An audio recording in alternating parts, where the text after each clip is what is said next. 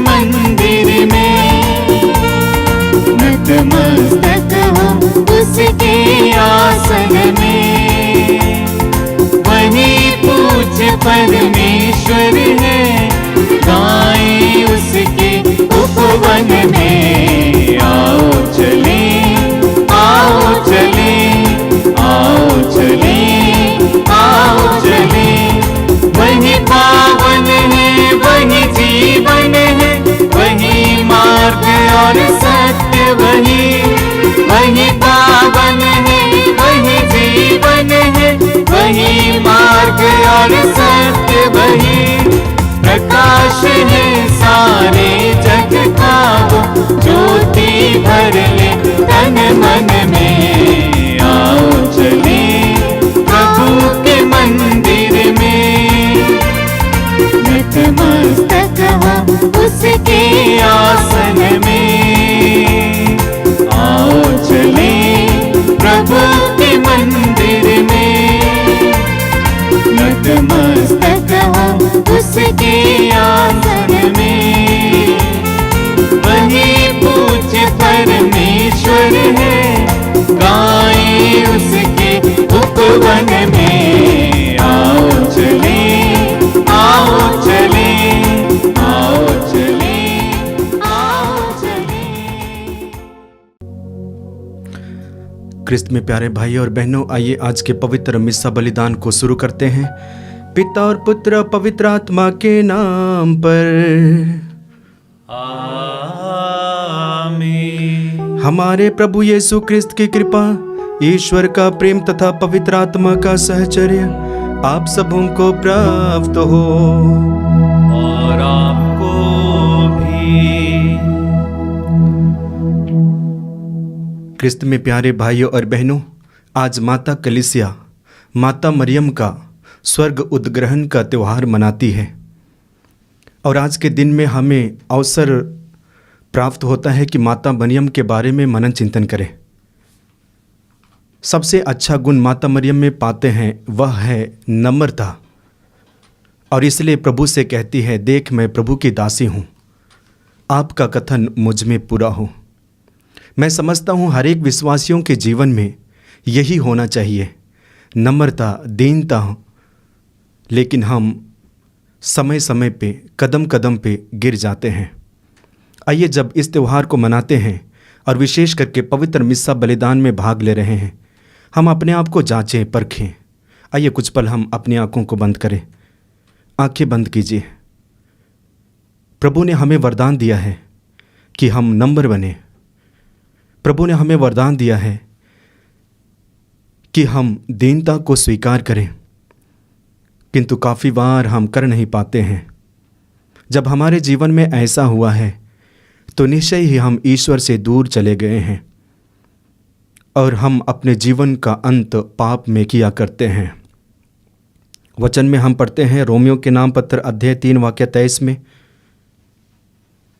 सबों ने पाप किया और सब ईश्वर की महिमा से वंचित किए गए। लेकिन आगे रोमियो के पत्र अध्याय 6 वाक्य 23 में पढ़ते हैं, पाप का वेतन मृत्यु है, किंतु ईश्वर का वरदान है हमारे प्रभु ईसा मसीह में अनंत जीवन। अनंत जीवन देने वाले प्रभु यीशु को, मुक्तिदाता यीशु को माता मरियम इस पृथ्वी पर लेके आई। आइए हम अपने विचार को जांचें, मन को जांचें, हृदय को जांचें, व्यवहार को जांचें, कर्म को जांचें। इसके द्वारा हम पाप पे पाप करते जाते हैं और अपने पापों के प्रति पश्चाताप करते हुए क्षमा याचना का गीत गावें।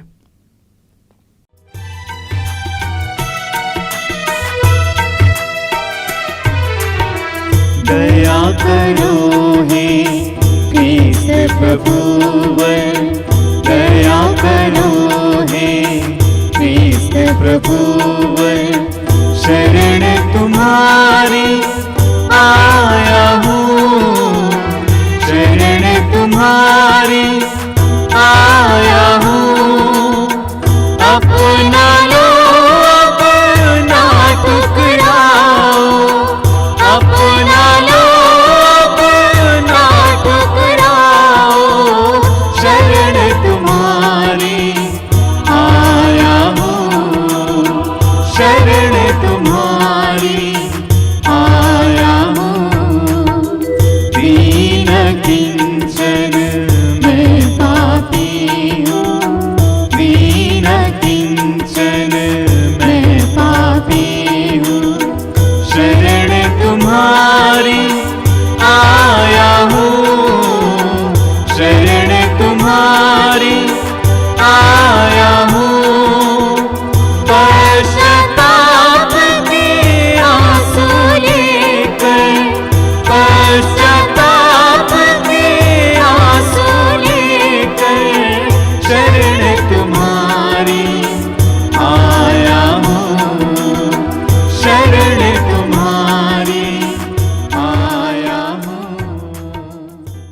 सर्वशक्तिमान ईश्वर हम लोगों पर दया करे और हमारे पाप क्षमा कर हमको अनंत जीवन प्रदान करे।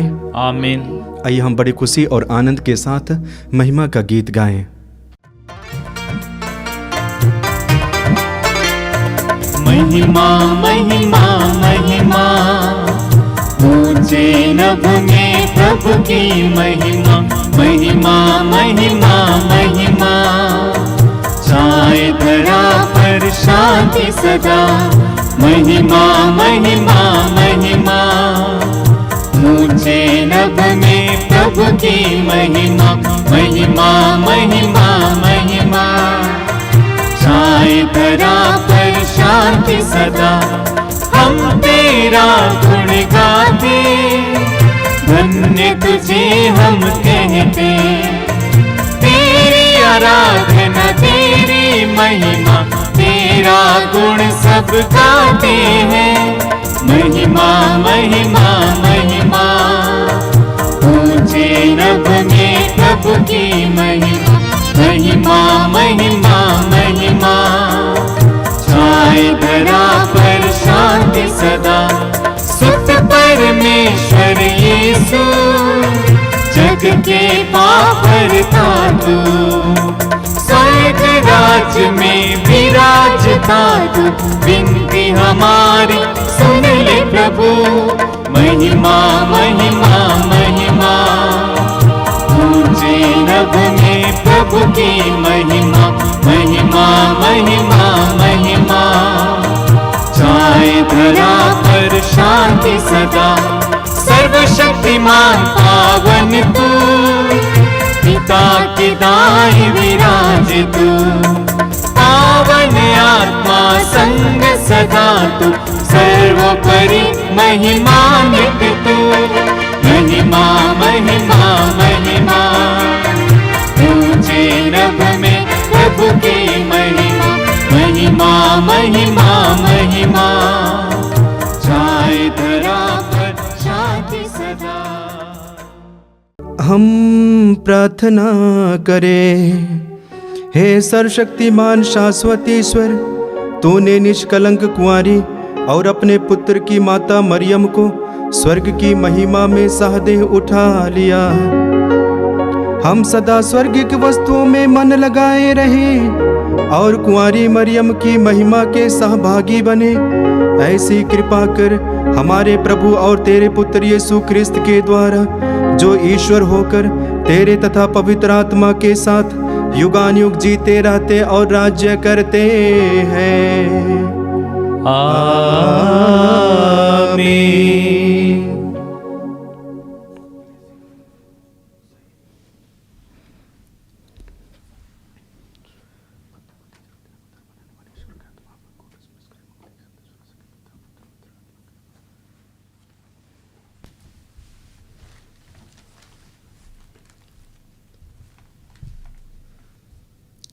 पहला पाठ प्रकाशना ग्रंथ अध्याय 11 पद संख्या 19 और अध्याय 12 पद संख्या 1 से 6 और 10 तक।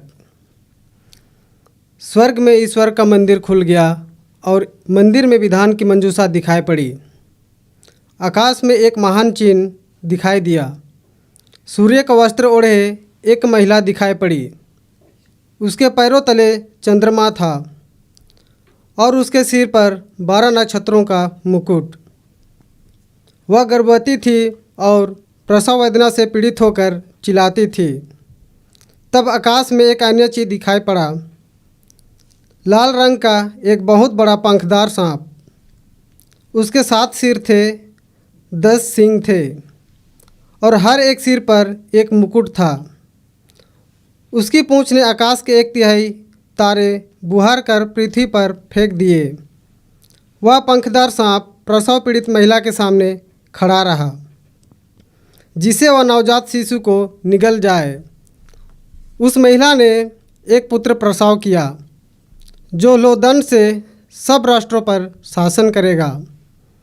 किसी ने उस शिशु को उठाकर उसे ईश्वर और उसके सिंहासन तक पहुंचा दिया और महिला मरुभूमि की ओर भाग गई, जहां ईश्वर ने उसके लिए आश्रय तैयार किया था। मैंने स्वर्ग में किसी को उच्च स्वर से यह कहते सुना, अब हमारे ईश्वर की विजय, सामर्थ्य तथा राजत्व और उसके मसीह का अधिकार प्रकट हुआ है। यह प्रभु की वाणी है। ईश्वर को धन्यवाद।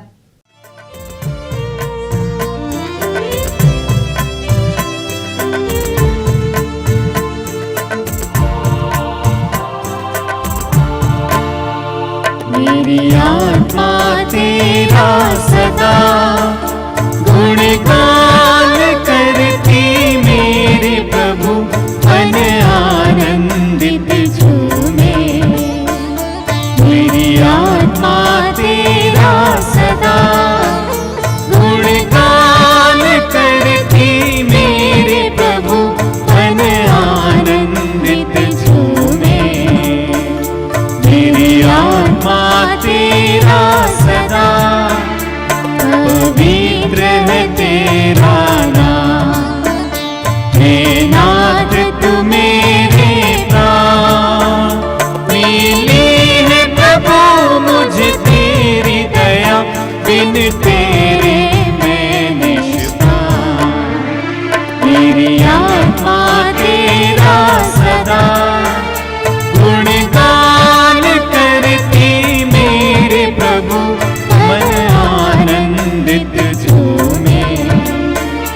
मेरी आत्मा तेरा सदा है वंश मेरा ये महान, हे नाथ तेरा वरदान। तू मोक्ष में जीवन दान, प्रभु तेरी शरण में मेरा मान। मेरी आत्मा तेरा सदा गुणगान करती, मेरे प्रभु मन आनंदित झूमे। मेरी आत्मा तेरा सदा।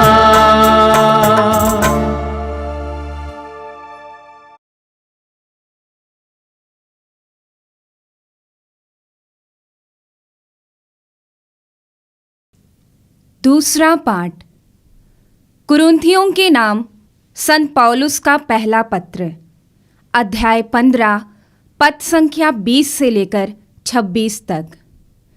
मसीह सचमुच मृतकों में से जी उठे हैं। जो लोग मृत्यु में सो गए हैं, उनमें से वह सबसे पहले जी उठे हैं।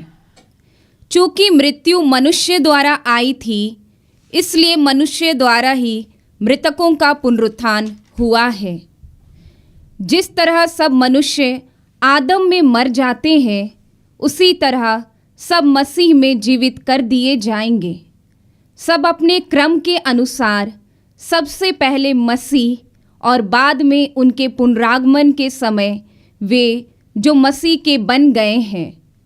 जब मसीह बुराई की सब शक्तियों को नष्ट करने के बाद अपने राज्य पिता परमेश्वर को सौंप देंगे, तब अंत आ जाएगा, क्योंकि वह तब तक राज्य करेंगे जब तक वह अपने सब शत्रुओं को अपने पैरों तले ना डाल दे। यह प्रभु की वाणी है। ईश्वर को धन्यवाद।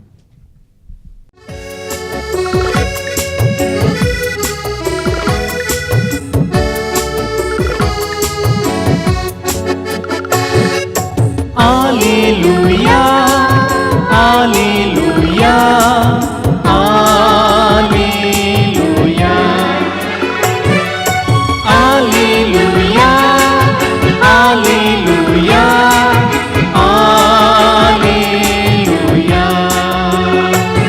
हम यीशु के संग एक दिन स्वर्ग जाएंगे।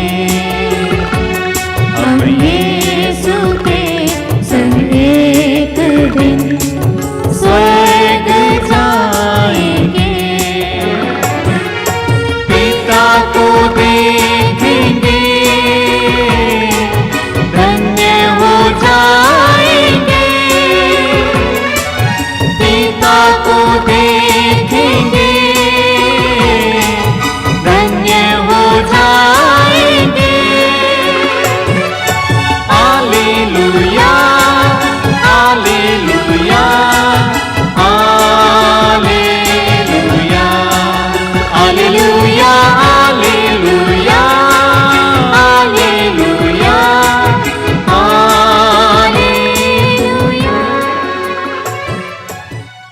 प्रभु आप लोगों के साथ हो। और आपके साथ भी। संत लूकस के अनुसार आज का पवित्र सुसमाचार। प्रभु की जय। अध्याय 1 वाक्यांश 39 से 56 तक। सर्वशक्तिमान ने मेरे लिए महान कार्य किए हैं और दीनों को महान बना दिया है। मरियम पहाड़ी प्रदेश में यूदा के एक नगर के लिए शीघ्रता से चल पड़ी। उसने जकैयस के घर में प्रवेश कर एलिजाबेथ का अभिवादन किया। ज्यों ही एलिजाबेथ ने मरियम का अभिवादन सुना, बच्चा उसके गर्भ में उछल पड़ा और एलिजाबेथ पवित्र आत्मा से परिपूर्ण हो गई। वह ऊंचे स्वर से बोल उठी, आप नारियों में धन्य हैं और धन्य है आपके गर्भ का फल। मुझे यह सौभाग्य कैसे प्राप्त हुआ कि मेरे प्रभु की माँ मेरे पास आई? क्योंकि देखिए, जो ही आपका प्रणाम मेरे कानों में पड़ा, बच्चा मेरे गर्भ में आनंद के मारे उछल पड़ा। और धन्य है आप जिन्होंने यह विश्वास किया कि प्रभु ने आपसे जो कहा वह पूरा हो जाएगा। तब मरियम बोल उठी, मेरी आत्मा प्रभु का गुणगान करती है, मेरा मन अपने मुक्तिदाता ईश्वर में आनंद मनाता है, क्योंकि उसने अपनी दासी की दीनता पर कृपा दृष्टि की है। अब से सब पीढ़ियां मुझे धन्य कहेंगी, क्योंकि सर्वशक्तिमान ने मेरे लिए महान कार्य किए हैं। पवित्र है उसका नाम, उसकी कृपा अपने श्रद्धालु भक्तों पर पीढ़ी दर पीढ़ी बनी रहती है। उसने अपना बाहुबल प्रदर्शित किया है, उसने घमंडियों को तितर बितर कर दिया है। उसने शक्तिशालियों को उनके आसानों से गिरा दिया और दीनों को महान बना दिया है। उसने दरिद्रों को संपन्न किया और धनियों को खाली हाथ लौटा दिया है। इब्राहिम और उसके वंश के प्रति अपनी चिरस्थायी दया को स्मरण कर उसने हमारे पूर्वजों के प्रति अपनी प्रतिज्ञा के अनुसार अपने दास इज़राइल की सुधि ली है। लगभग 3 महीने एलिजाबेथ के साथ रहकर मरियम अपने घर लौट गई। यह प्रभु का दिव्य सुसमाचार है। क्रिस्त प्रभु की जय। क्रिस्त में प्यारे भाइयों और बहनों, हम भारतवासियों के लिए, भारतीय विश्वासियों के लिए आज का दिन अति महत्वपूर्ण है, क्योंकि आज के दिन हम 2 त्योहारों को एक साथ मनाते हैं। भारतवासी होने के नाते आज स्वतंत्रता का दिवस मनाते हैं, यानी कि 15 अगस्त 1947 को हमारा देश आज़ाद हुआ। हम अंग्रेज़ों से आज़ाद हुए और इसी का जश्न प्रत्येक वर्ष मनाते हैं। आज माता कलीसिया माता मरियम का त्यौहार मनाती है। माता कलीसिया माता मरियम के आदर में मुख्य रूप से 3 त्योहारों को बड़ी धूमधाम से मनाती है। 1 जनवरी को माता मरियम ईश्वर की माँ का त्यौहार मनाती है कलीसिया। 8 दिसंबर को माता मरियम का निष्कलंक गर्भागमन का त्यौहार मनाती है और 15 अगस्त अर्थात आज माता मरियम का स्वर्गारोहण का त्यौहार मनाती है। जब इन त्योहारों को कलीसिया मनाती है तो मुख्य रूप से ईश्वर की योजना और माता मरियम के जीवन के बारे में मनन चिंतन करने के लिए आह्वान करती है। तो आइए आज के पाठों के माध्यम से और आज के त्यौहार के उपलक्ष्य पर मनन चिंतन करते हैं। पहला बिंदु पर हम मनन चिंतन करेंगे कि माता मरियम ने ईश्वर की योजना को स्वीकार किया। माता मरियम ईश्वर की योजना को स्वीकार की। ईश्वर की योजना क्या थी? हम मनुष्यों के लिए ईश्वर की योजना यही थी कि अपने इकलौते पुत्र के द्वारा हम मनुष्यों को पाप से बचाएं, पाप से मुक्ति दिलाएं। और मुक्ति दिलाने के लिए ईश्वर ने निर्णय लिया कि अपने इकलौते पुत्र को इस संसार में हम मनुष्यों के बीच पापों को छोड़ मनुष्यों के जैसा एक कुंवारी के द्वारा भेजने के लिए निश्चय किया। और ईश्वर अपनी इस योजना को मनुष्यों को प्रकट करते हैं नबियों के द्वारा, और इसके बारे में प्रमाण हम बाइबल में पढ़ते हैं। नबी ईसायाह का ग्रंथ अध्याय 7 वाक्य 14 में पढ़ते हैं, एक कुंवारी गर्भवती है, वह पुत्र प्रसव करेंगी और उसका नाम इम्मानुएल रखेगी, जिसका अर्थ है ईश्वर हमारे साथ। यानी कि ईश्वर की योजना थी कि अपने इकलौते पुत्र को कुंवारी के द्वारा इस संसार में लेके आने का, और ईश्वर वही करते हैं। मत्ती के सुसमाचार अध्याय 1 वाक्य 23 में पढ़ते हैं, देखिए एक कुंवारी गर्भवती होंगी, पुत्र प्रसव करेंगी और उसका नाम इम्मानुएल रखा जाएगा, जिसका अर्थ है ईश्वर हमारे साथ। इस तरह से हम देखते हैं कि ईश्वर अपनी योजना को बार बार जनता को नबियों के माध्यम से प्रकट करते हैं। लेकिन ईश्वर की यह योजना तब पूर्ण होती है जब ईश्वर स्वयं स्वर्गदूत गब्रिएल को माता मरियम के पास भेजता है। और इसका प्रमाण हम लूकस के सुसमाचार में पढ़ते हैं। लूकस के सुसमाचार अध्याय 1 वाक्य 28 में पढ़ते हैं, वहाँ पे गब्रिएल दूत मरियम से कहता है, प्रणाम प्रभु की कृपा पात्री, प्रभु आपके साथ है, प्रभु आपके साथ है। आगे हम वचन में पढ़ेंगे, लूकस के सुसमाचार अध्याय 1 वाक्य 31 में पुनः गब्रिएल दूत मरियम से कहता है, देखिए आप गर्भवती होंगी, पुत्र प्रसव करेंगी, उसका नाम ईसा रखेंगी, वे महान होंगे, सर्वोच्च प्रभु के पुत्र कहलाएंगे।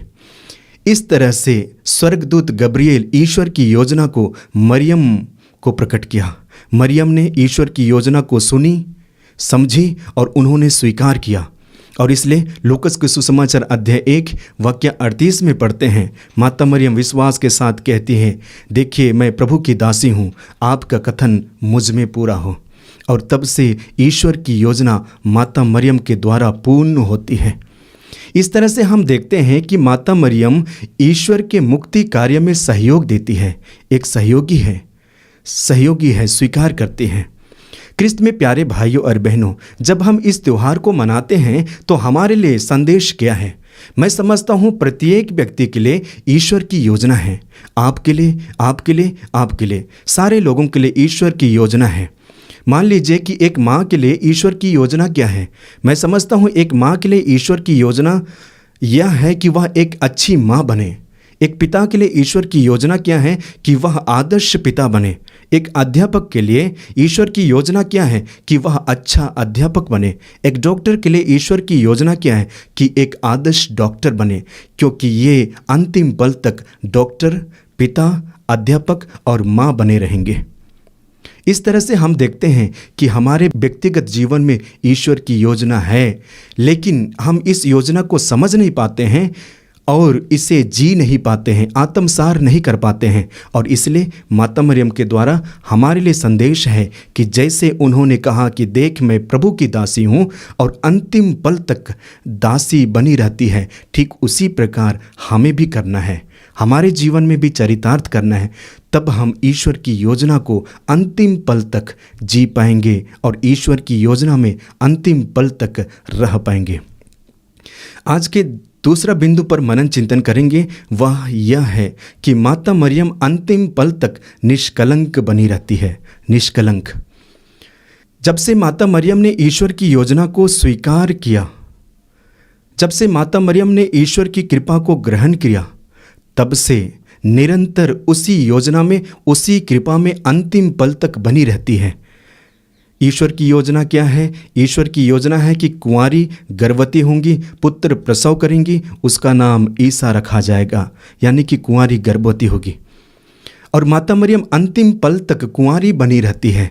इसलिए कलीसिया का मानना है कि माता मरियम प्रभु यीशु मसीह को जन्म देने से पहले, जन्म देते समय और जन्म देने के बाद भी कुंवारी बनी रही। उसका संसर्ग किसी भी पुरुष के साथ नहीं हुआ और इसलिए माता मरियम अपने कुंवारीपन को ईश्वर को समर्पित करती है, ईश्वर को समर्पित करती है। और इसलिए ईश्वर उन्हें सह शरीर आत्मा के साथ स्वर्ग में उठाए ली जाती है। तो हमारे लिए संदेश यह है कि जैसे माता मरियम अंतिम पल तक निष्कलंक बनी रही, ठीक उसी प्रकार हमें भी निष्कलंक बनना है।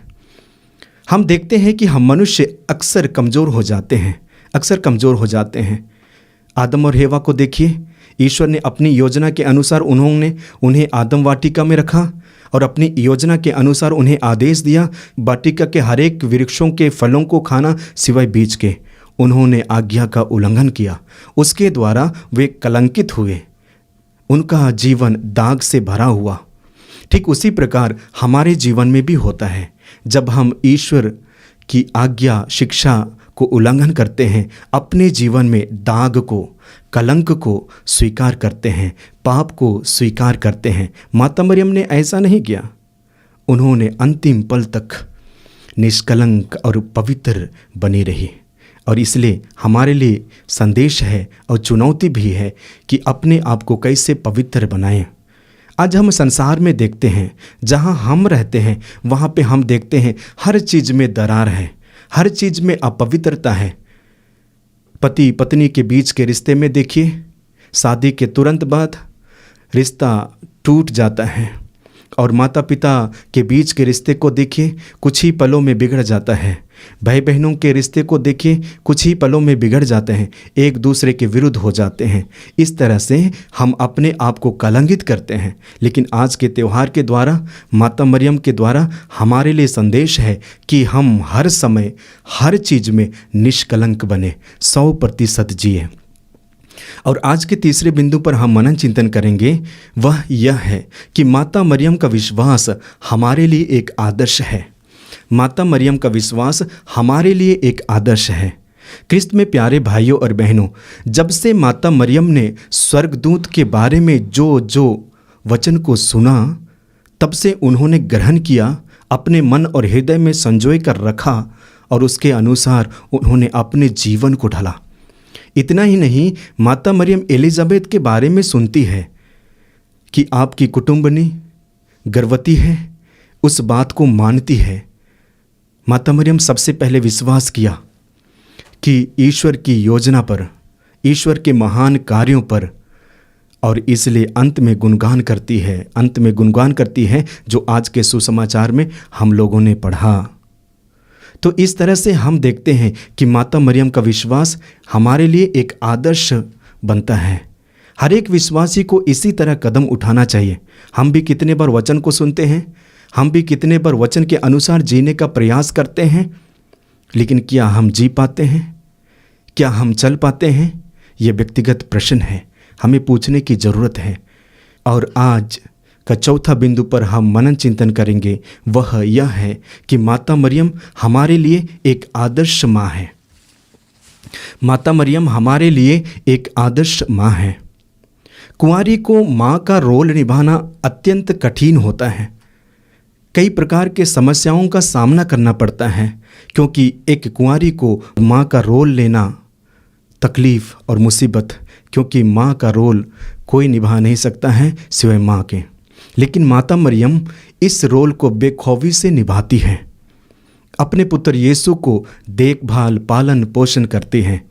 और इसके बारे में हम वचन में पढ़ते हैं, लूकस के सुसमाचार अध्याय 2 वाक्य 41 में, ईसा के माता पिता मरियम और योसेफ प्रत्येक वर्ष मंदिर जाया करते थे और अपने साथ यीशु को भी लेते थे। इस तरह से हम देखते हैं कि माता मरियम और यूसुफ यीशु को एक ऐसे संगति दिए जो ईश्वर के विश्वास में बढ़ने के लिए और ईश्वर की योजना को पहचानने के लिए उन्होंने मददगार साबित हुए। और इसलिए आगे वचन में भी पढ़ते हैं, विशेष करके काना के विवाह में समय पूरा नहीं होने पर भी मरियम ने कहा कि आपको कुछ करना है, और अंतिम में यीशु करते हैं। यानी कि कदम कदम पे, पल पल पे माता मरियम यीशु को एहसास दिलाती है कि ईश्वर की योजना पे कैसे चलना है, ईश्वर की योजना को कैसे अपने जीवन में उतारना है। माता मरियम उसे सिखाई। इस तरह से माता मरियम आदर्श बनी रहती है। एक आदर्श माँ अपने पुत्र के साथ रहती है, अपने पुत्र के संग संग चलती है, सुख में दुख में, यहाँ तक कि विपरीत परिस्थितियों में भी साथ रहती है। ठीक उसी प्रकार माता मरियम भी यीशु के साथ हर घड़ी रहती है। यूहन्ना के सुसमाचार अध्याय 19 वाक्य 25 में पढ़ते हैं, वहाँ पे हम पढ़ेंगे वचन में कि ईसा की माता, उनकी बहन क्लोपस की पत्नी मरियम और मरियम मगदलेना क्रूस के पास खड़ी थी। यानी कि यीशु क्रूस पर टंगे हुए हैं, यीशु हमारे लिए क्रूस पर दुख झेल रहे हैं, यीशु हमारे लिए क्रूस पर प्राण को अर्पित कर रहे हैं। माता मरियम खड़े होकर अपने पुत्र को देखती है। सिर्फ देखती ही नहीं, बल्कि जो दुख यीशु भोग रहे हैं स्वयं महसूस करती है। प्रभु यीशु मसीह अपने शरीर में भाले को स्वीकार किया, उस दर्द को माता मरियम ने भी एहसास की और इस तरह से हम देखते हैं कदम कदम पे यीशु के साथ रहती है, एक आदर्श माँ बनती है। तो आइए ख्रिस्त में प्यारे भाइयों और बहनों, हम 4 बिंदुओं पर मनन चिंतन किए हैं। ये हमारे लिए विशेष करके दैनिक जीवन में अति आवश्यक है, लाभदायक है। हम ईश्वर से प्रार्थना करते हैं कि इन बिंदुओं पर मनन चिंतन करने के लिए और इसे अपने जीवन में अमल करने के लिए ईश्वर शक्ति और सामर्थ्य प्रदान करे। आइए हम अपने विश्वास को प्रकट करते हुए प्रेरितों का धर्मसार एक साथ बोले। मैं स्वर्ग और पृथ्वी के सृजनहार सर्वशक्तिमान पिता परमेश्वर पर विश्वास करता हूँ और उसके इकलौते पुत्र हमारे प्रभु यीशु ख्रिस्त पर, जो पवित्र आत्मा के द्वारा गर्भ में पड़ा, कुंवारी मरियम से जन्म लिया, पोंतुस पिलातुस के समय दुख उठाया, क्रूस पर ठोका गया, मर गया और गाड़ा गया, लिम्बु समुद्रा, तीसरे दिन मुर्दों में से जी उठा, स्वर्ग पर गया और सर्वशक्तिमान पिता परमेश्वर के दाहिनी ओर विराजमान है, वहां से जीवितों और मृतकों का न्याय करने को आएगा। मैं पवित्र आत्मा, पवित्र कैथोलिक कलीसिया, धर्मियों के संबंध, पापों की क्षमा, देह के पुनरुत्थान और अनंत जीवन पर विश्वास करता हूँ। आमीन। प्यारे भाइयों और बहनों, हम पिता परमेश्वर से विनती करें कि वह समस्त पृथ्वी पर हमें शांति और एकता प्रदान करने की कृपा करे। आपका अनुवाक्य होगा, हे पिता हमारी प्रार्थना सुन। हे पिता हमारी प्रार्थना सुन। हे सर्वशक्तिमान पिता, आज हम हमारे संत पिता फ्रांसिस, सभी कार्डिनल्स, धर्माध्यक्षों, पुरोहितों एवं धर्म बहनों के लिए प्रार्थना करते हैं। उन्हें तो अपनी छत्र छाया में सुरक्षित रख और अपनी पवित्र आत्मा से परिपूर्ण कर दे, जिससे कि वे कलीसिया को सर्वोत्तम तरीके से जीवन व्यतीत करने के लिए प्रोत्साहित कर सके। इसके लिए हम प्रार्थना करें। हे पिता हमारी प्रार्थना सुन। हे सर्वशक्तिमान पिता, आज हम उन सभी लोगों के लिए प्रार्थना करते हैं जो बाढ़ से प्रभावित हैं, जो अपनी संपत्ति खोने के कारण परेशान हैं। उन्हें तू सांत्वना दे एवं इस कठिन परिस्थिति में तू उनका सहारा बन। इसके लिए हम प्रार्थना करें। हे पिता हमारी प्रार्थना सुन। हे सर्वशक्तिमान पिता, आज हम सभी किसानों को आपके पावन चरणों में समर्पित करते हुए उनके लिए प्रार्थना करते हैं। उन्हें तू सभी प्रकार की बीमारियों से सुरक्षित रख और उनके कामकाज में विशेष आशीष प्रदान कर, जिससे वे अपने परिश्रम का फल प्राप्त कर सके। इसके लिए हम प्रार्थना करें। हे पिता हमारी प्रार्थना सुन। हे सर्वशक्तिमान पिता, आज हम सभी प्रशासकों के लिए प्रार्थना करते हैं। उन्हें तू अपनी शतबुद्धि एवं विवेक प्रदान कर, ताकि वे इस कोरोना महामारी से अस्त व्यस्त हुए समाज को सुचारू रूप से चला सके। इसके लिए हम प्रार्थना करें। हे पिता हमारी प्रार्थना सुन। हे सर्वशक्तिमान पिता, आज हम इस मिस्सा बलिदान में भाग लेने वाले सभी भाई बहनों के लिए प्रार्थना करते हैं। उनके परिवारों में तू अपनी भरपूर आशीष बरसा एवं परिवार के हर एक सदस्यों को सुरक्षा एवं शांति प्रदान कर और सभी परिस्थिति में उनका साथ दे, ताकि वे अपने विश्वास में दिन प्रतिदिन दृढ़ बनते जाएं। इसके लिए हम प्रार्थना करें। हे पिता हमारी प्रार्थना सुन। हे ईश्वर, तेरी कृपा से हम पवित्र इच्छा, अच्छे संकल्प और पुण्य कार्य कर सकते हैं। अपने भक्तों को वह शांति प्रदान कर जिसे संसार नहीं दे सकता, उसे प्राप्त कर हम सारे हृदय से तेरी आज्ञाएं पूरी करते रहें और शत्रुओं के भय से मुक्त होकर तेरी रक्षा में शांतिपूर्वक जीवन बिता सके। हमारे प्रभु ख्रिस्त के द्वारा। आमीन।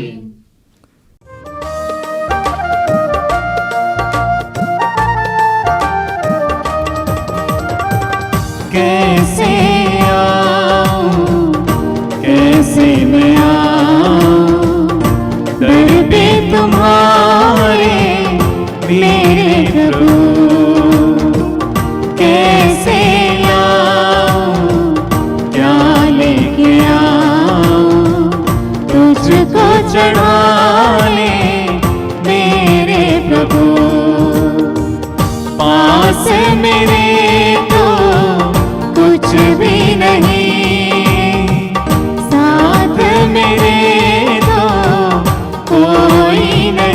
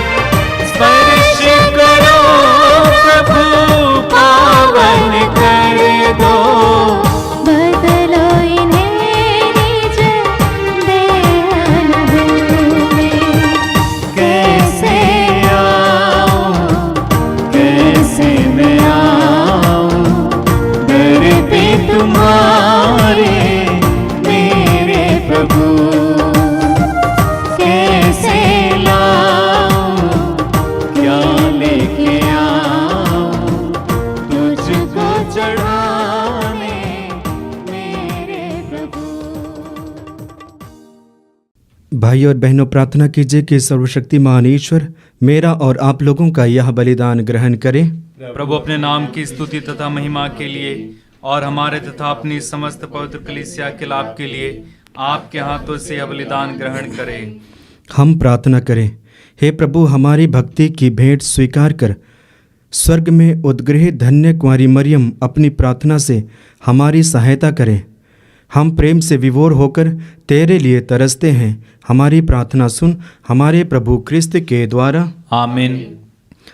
प्रभु आप लोगों के साथ हो और आपके साथ भी। प्रभु में मन लगाइए। हम प्रभु में मन लगाए हुए हैं। हम अपने प्रभु परमेश्वर को धन्यवाद दे, यह उचित और आवश्यक है।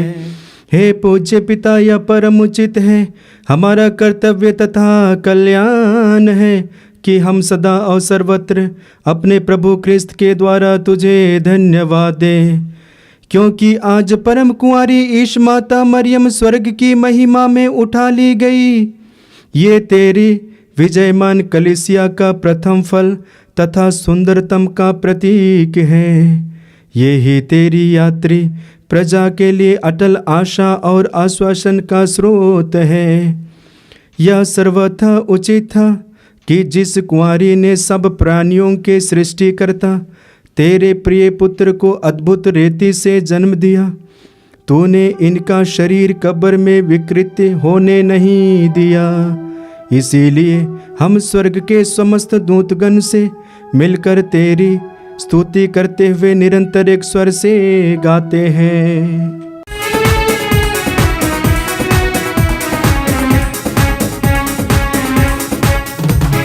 पावन पावन प्रभु परमेश्वर, सकल सृष्टि के जगदीश्वर। पावन पावन प्रभु परमेश्वर, सकल सृष्टि के जगदीश्वर। पावन पावन पावन प्रभु तेरा नाम। पावन पावन पावन प्रभु तेरा नाम। तेरी महिमा कीर्ति प्रशंसा आच्छादित है अवनी अंबर। तेरे ही जय जयकारों से गूंज रहा सर्वोच्च गगन। प्रभु पावन हे पावन, प्रभु पावन हे पावन। पावन पावन प्रभु परमेश्वर, सकल सृष्टि के जगदीश्वर। पावन पावन प्रभु परमेश्वर, सकल सृष्टि के जगदीश्वर।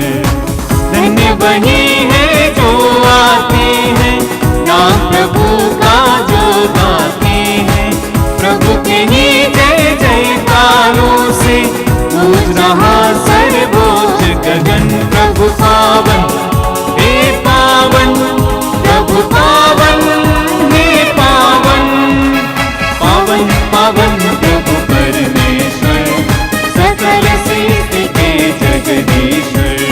पावन पावन प्रभु परमेश्वर, सकल सृष्टि के जगदीश्वर। पावन पावन पावन प्रभु तेरा नाम। पावन पावन पावन प्रभु तेरा नाम। पवित्र मिस्सा बलिदान के महत्वपूर्ण भाग में प्रवेश किए हैं। आइए हम अपने आप को तैयार करें। हे परमपिता, तू वास्तव में पवित्र है, सारी पवित्रता का स्रोत है। हम तो से निवेदन करते हैं, तू यह उपहार अपनी आत्मा के संस्पर्श से पवित्र कर दे, कि यह हमारे प्रभु यीशु क्रिस्त का शरीर तथा रक्त बन जाए। जिस रात को यीशु स्वेच्छा से मृत्यु के लिए सौंपे गए, उन्होंने रोटी ली, तुझे धन्यवाद दिया और रोटी तोड़कर उसे अपने शिष्यों को देते हुए कहा, तुम सब इसे लो और खाओ, यह मेरा शरीर है जो तुम्हारे लिए बलि चढ़ाया जाएगा।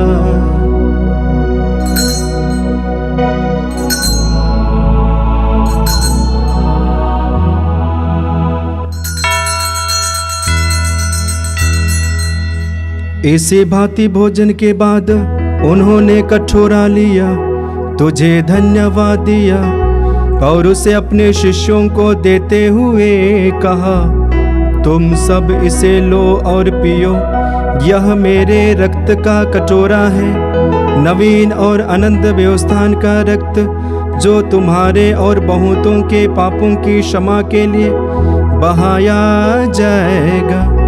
तुम मेरी स्मृति में यह किया करो।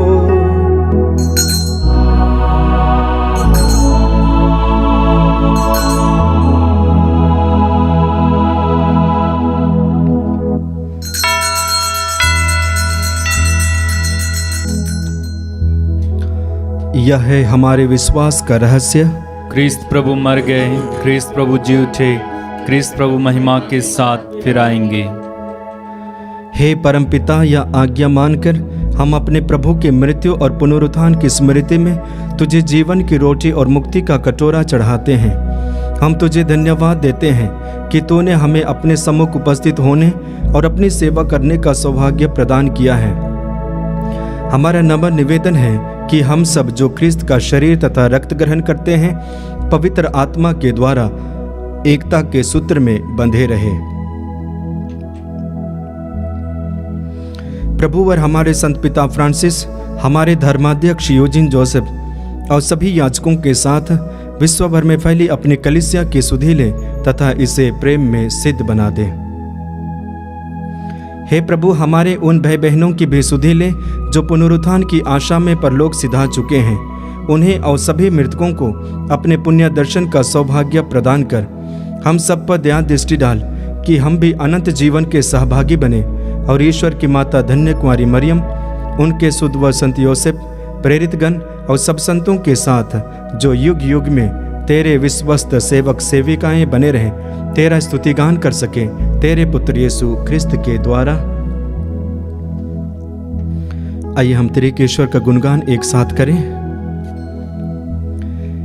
इन्हीं प्रभु ख्रिस्त के द्वारा, इन्हीं के साथ और इन्हीं में, हे सर्वशक्तिमान पिता परमेश्वर, पवित्र आत्मा के साथ तुझे समादर तथा महिमा युगान युग मिलती रहती है। आमीन, आमीन, आमीन।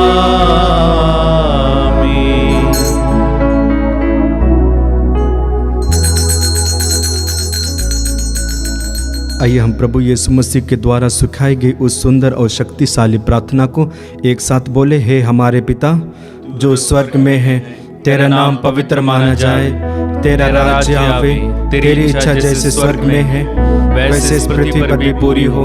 हमारा प्रतिदिन का आहार आज हमें दे और हमारे अपराध हमें क्षमा कर, जैसे हम भी अपने अपराधियों को क्षमा करते हैं, और हमें परीक्षा में न डाल परंतु बुराई से बचा। हे प्रभु, हम तुझसे प्रार्थना करते हैं, सभी बुराइयों से हमें बचा और इस जीवन में हमें कृपा पूर्वक शांति प्रदान कर। हम तेरी दया से सदा पाप से दूर और हर विपत्ति से सुरक्षित रहें और उस दिन की प्रतीक्षा करते रहें जब हमारे मुक्तिदाता यीशु ख्रिस्त फिर प्रकट होकर हमारी मंगलमय आशा पूरी करेंगे।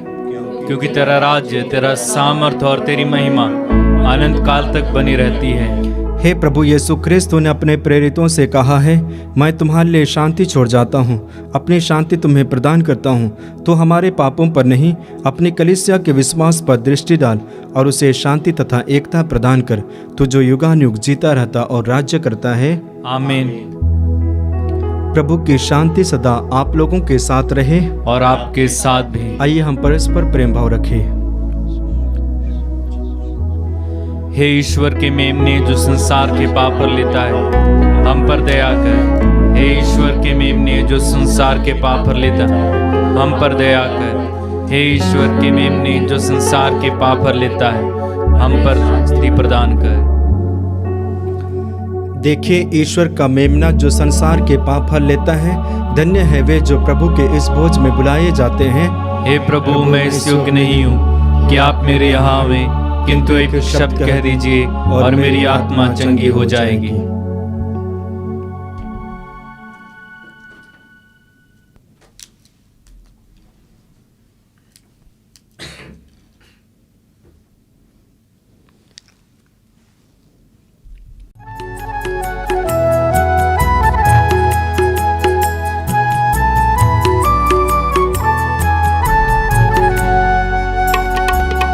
आजा मेरे दिल में प्यारे ना, रहना प्रभु मेरे साथ।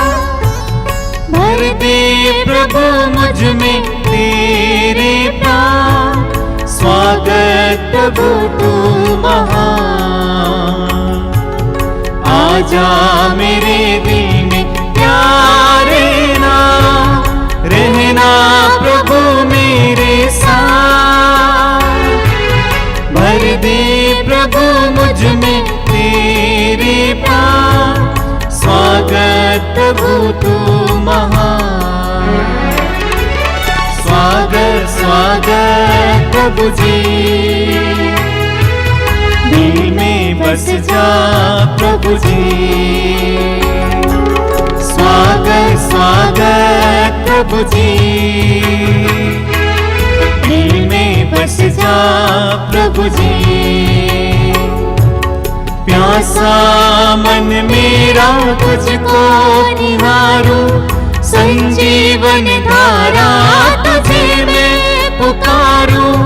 प्यासा मन मेरा तुझको निहारूं, संजीवन धारा तुझे मैं पुकारूं। दिल में तो आकर प्रभु जी बुझाना, दिल में तो आकर प्रभु जी बुझाना। अमृत वाणी से मेरी तृष्णा, स्वागत स्वागत प्रभु जी।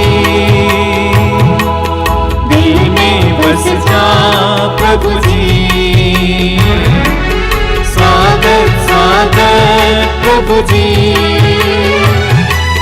दिल में बस जा प्रभु जी। हम प्रार्थना करें। हे प्रभु, हमने मुक्तिप्रद संस्कार ग्रहण किया है। कृपा पूर्वक हमें यह शक्ति प्रदान कर कि स्वर्ग में उद्गृहित धन्य कुंवारी मरियम के निवेदन से हम पुनरुत्थान की महिमा प्राप्त कर सकें। ऐसी कृपा कर हमारे प्रभु ख्रिस्त के द्वारा। आमीन। प्रभु आप लोगों के साथ हो और आपके साथ भी। सर्वशक्तिमान ईश्वर पिता और पुत्र और पवित्र आत्मा आप सबों को आशीर्वाद प्रदान करें। आमीन। आप लोग भी डाले क्रिस्त की ज्योति जलाए। ईश्वर को धन्यवाद।